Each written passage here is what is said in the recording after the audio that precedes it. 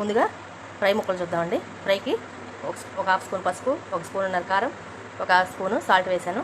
ఈ 3 కొంచెం అల్లం వెల్లుల్లిపాయ పేస్ట్ వేసి ఇవన్నీ కలిపేసేసి అప్పుడు ముక్కలుగా పట్టిద్దాం. ఇంకో అల్లం వెల్లుల్లిపాయ పేస్ట్ కూడా వేసేసుకోండి. ఈ స్పూన్తో 1 స్పూన్ అల్లం వెల్లుల్లిపాయ పేస్ట్ వేసుకోండి. ఇప్పుడు ఈ మొత్తం ఇవన్నీ ఇట్లా కలిపేసేయండి.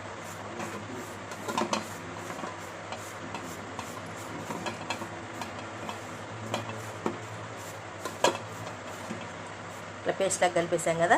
ఇప్పుడు ఒక్కొక్క ముక్కగా పట్టించేద్దాం.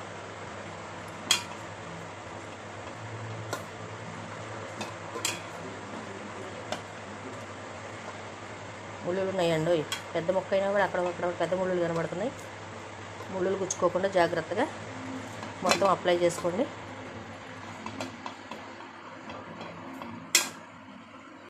ఇగోండి ఇట్లా అల్లం వెల్లుల్లిపాయ పేస్ట్, ఉప్పు, కారం, పసుపు అన్నీ వేసేసి ఇట్లా ముక్కలుగా పట్టించేసి ఫ్రై ముక్కలు పక్కకు పెట్టుకుందాం.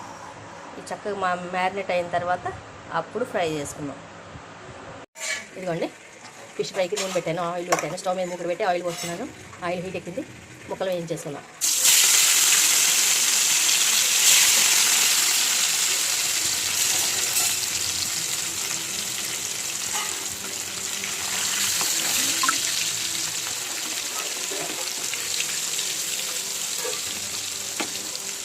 మంచిగా వేగనివ్వండి.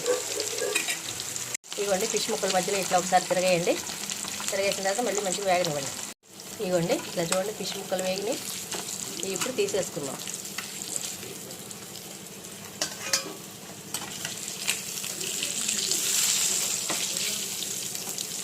ఇది కొంచెం వేగనివ్వండి. పసుపు కూడా వేసేసుకోండి.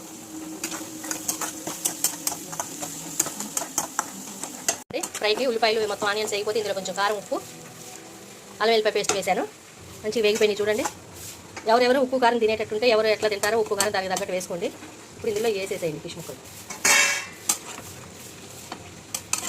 వేగిపోయిన ముక్కలే కాబట్టి ఇట్లా వేసేసుకోవచ్చు. మొత్తం మంచిగా కలిసేటట్టు తిప్పండి.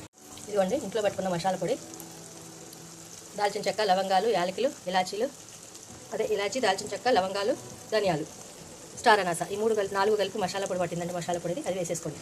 ఇదిగోండి ఫిష్ ఫ్రై అయిపోయింది. దీన్ని ఇప్పుడు ఒక బౌల్లోకి తీసేసుకుందాం. ఉప్పు కారం చూసుకోండి. చాలా ఏమైనా ఉంటే కొంచెం వేసేసుకొని ఒక 2 సెకండ్స్ స్టవ్ మీద పెట్టి బంద్ చేసేసుకోండి. ఇది గిన్నెలోకి తీసేసుకోండి. ఇదిగోండి టేస్టీ ఫిష్ ఫ్రై రెడీ అయిపోయింది. అందరూ ఇలా రెడీ చేయండి, టేస్ట్ చేయండి. బాయ్. నా ఛానల్ సబ్స్క్రైబ్ చేయండి.